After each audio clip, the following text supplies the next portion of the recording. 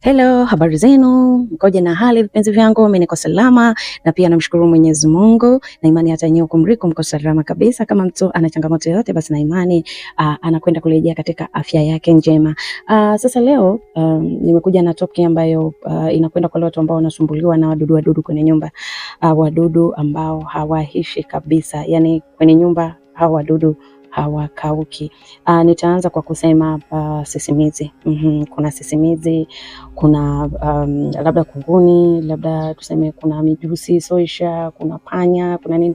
Wakati mwingine hauelewi, umeshatumia kila dawa, umeshafanya kila kitu, lakini hivyo vitu havikauki. Kitu cha kwanza kabisa, kipenzi changu, ninataka nikushauri, fanya usafi kwenye nyumba yako. Hicho ndio kitu cha kwanza.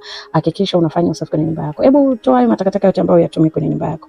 Toa nguo zilizochanika, makopo yatumii, vitu sahani, sijui nini, vitu vishapasuka viliharibika. Kusanya na nenda kavichome. Uko baki na vitu vichache ambavyo unavitumia, baki na nguo chache ambazo unazitumia, baki na vyombo vichache ambavyo unavitumia. Hakikisha kila chumba unafanya usafi. Unajua nini? Fanya usafi mzito. Ningependekeza ufanye siku ya Jumamosi. Hakikisha asubuhi unaamka na hii safari. Jitahidi iwe Jumamosi. Ukishindwa basi, lakini Jumamosi ndio siku nzuri sana ya kuweza kufanya usafi. Ukishamaliza, chukua kitunguu saumu, twanga, weka kwenye maji. Ukishaweka kwenye maji, weka pamoja na chumvi ya mawe, viache tu. Unaweza kuweka hata na maji ya vuguvugu, viache vichanganyike vizuri, funika, vijipike vizuri. Haya maji uta spray kwenye kona za nyumba yako. Spray hata wiki nzima, spray kwenye yani vyumba vyako.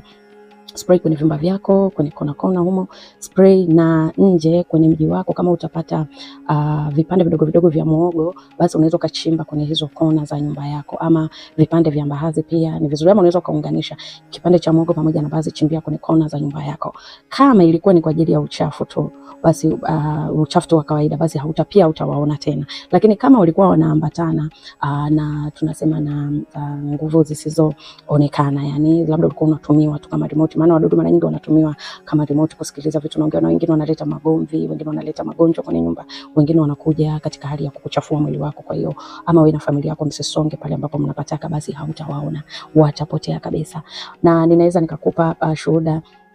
Kuna binti fulani alinitafuta akaniambia kwamba kuna aina fulani vya mijusi wanapenda sana kuja kwenye nyumba yake. Nikamwambia sawa, kama unataka kujua hao ni wa kweli wa kawaida tu wanafuta wadudu ama wanatuma, basi ifanye hivi: chukua vitunguu saumu, menya vizuri. Unapoona toto pia anasema hivi, alipotupa tu nje vya vitunguu saumu hakuwahi kuwaona tena kwenye maisha yake. Kwa wakati mwingine unaweza kunajiuliza, mbona mimi kila nikiongea mipango yangu inaharibika? Watoto wangu labda wakitaka kwanza kufanya vitu vinaharibika, labda tu mume wangu, labda mke wangu akitaka kufanya kitu fulani kinaharibika. Shida nini? Shida inawezekana kabisa ni wale wadudu ambao wanazunguka katika mji wako.